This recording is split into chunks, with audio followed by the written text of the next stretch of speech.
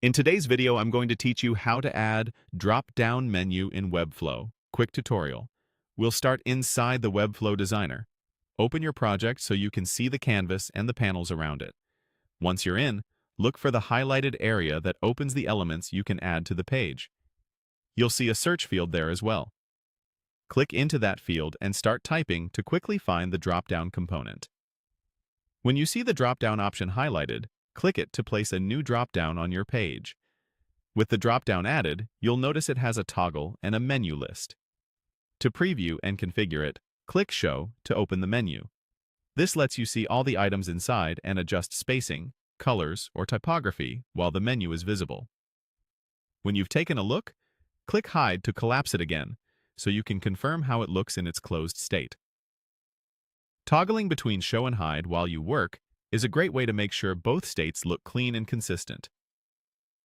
Next, click into the highlighted label field for the drop-down toggle and type the text you want people to see, like a category or section name. Keep it short and clear so it fits nicely in your layout.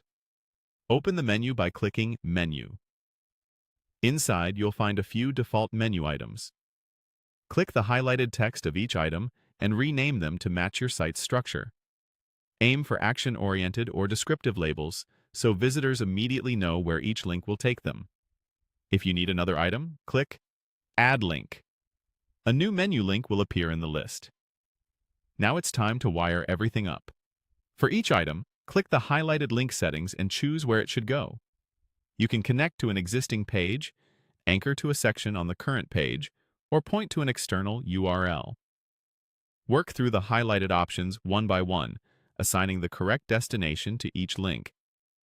If any item should open in a new tab, like an external resource, toggle that option in the link settings.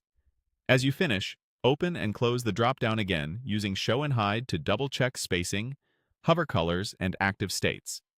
Make minor adjustments while the menu is visible, then collapse it to ensure the closed toggle still aligns perfectly with the rest of your navigation.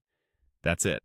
You've added a drop-down, customized the labels, and set each link to the right destination. Clean, simple, and ready for your visitors.